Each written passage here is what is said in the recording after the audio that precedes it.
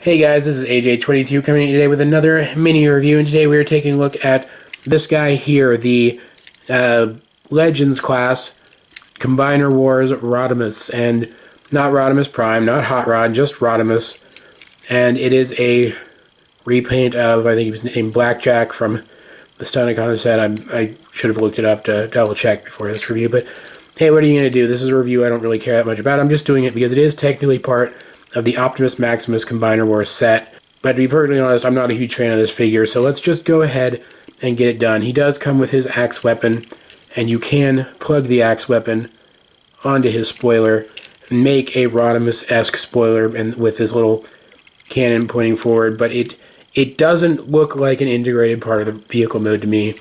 It feels like a thing that is just kind of shoehorned on there, and seeing how much brighter this yellow is than really any other color, it's not coming off as much on camera as it does in person, but even the paint color of the flames on the front is a very different color than this yellow.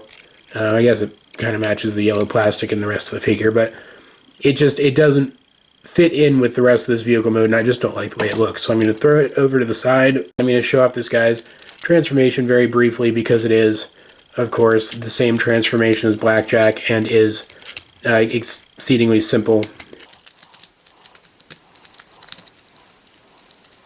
There we go. There is Rodimus in his robot mode, and I suppose he could be a worse representation of Rodimus, but without any of his flames showing up in robot mode, without the spoiler sticking up on his back like so, he doesn't say Rodimus to me, he says Red Blackjack to me. We've got some more yellow plastic here, so giving him this as an axe weapon does work a little bit better in this mode. I'll admit that I don't really mind it, but once again, he doesn't say Rodimus to me. This figure is never going to stand out from the crowd to me, and he's never ever going to replace Classics Rodimus on my shelf, especially since I have the Fans Project upgrade set for that.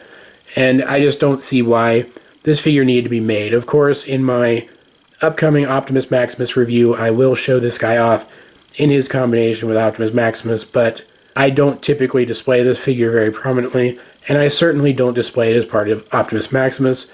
Whether or not you pick up this figure is entirely up to you.